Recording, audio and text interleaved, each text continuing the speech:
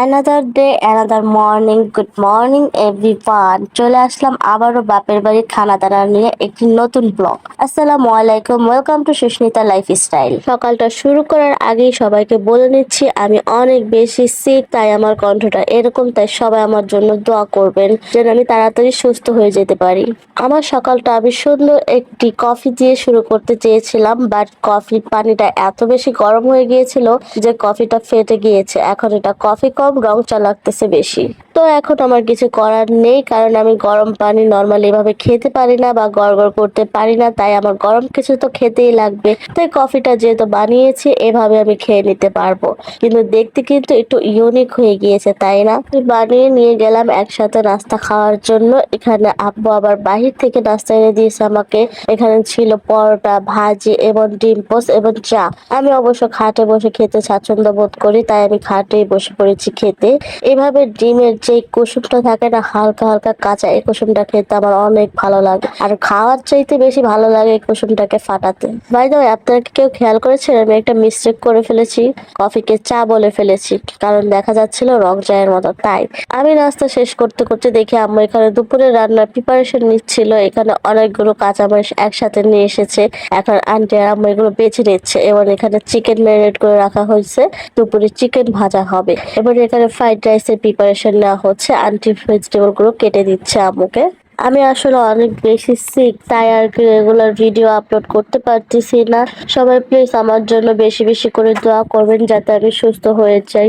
এত বেশি ঠান্ডা এবং জ্বর, মানে ওয়েদার চেঞ্জ হওয়ার কারণে হয়তোবা সবার ঘরে ঘরে একই সমস্যা লেগে আছে। যাদের টনসিলের সমস্যা আছে তাদের তো কোনো কথাই নেই। যেমন আমার, মানে একটু ঠান্ডা কিছু খেলেই অবস্থা খারাপ হয়ে যায়।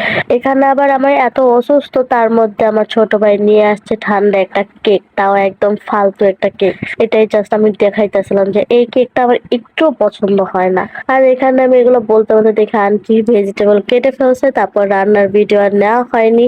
একদম দুপুরের লাঞ্চে চলে গেলাম। এই প্লেটটা আমি আসলে দুলাভাইয়ের জন্য সাজিয়েছিলাম। দুপুরের লাঞ্চে ছিল ফ্রাইড রাইস, চিকেন ফ্রাই এবং তিল্লি ভুনা।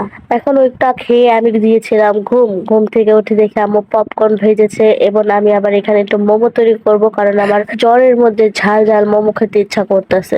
তাই আমি এখানে কিমাটাকে রেডি করে নিচ্ছি। কিমাটাকে এভাবে রান্না করে রেডি করে নিলে আপনারা এই কিমাটা দিয়ে মোমো খেতে পারবেন এবং অন্থনও তৈরি করতে পারবেন। তো আমি দুইটাই তৈরি করব, তাই আমি এভাবে কিমাটা রেডি করে নিচ্ছি। এবং এটা হচ্ছে মোমোর শেপ দেওয়ার একদম সহজ ওয়ে, এবং এইভাবে আমি অন্থন গুলো তৈরি করে নিব। সো আমি এখানে তৈরি করতেছিলাম, শেপ দিতেছিলাম এবং আম্মু রুটি গুলো পেলে দিচ্ছিল। তারপর আমি এখানে ডিরেক্ট পানিতে দিয়ে সিদ্ধ করার ট্রাই করতেছিলাম, কারণ ইউটিউবে দেখলাম সবাই এভাবে পানিতে দিয়েই মোমো গুলো সিদ্ধ করে নিচ্ছে।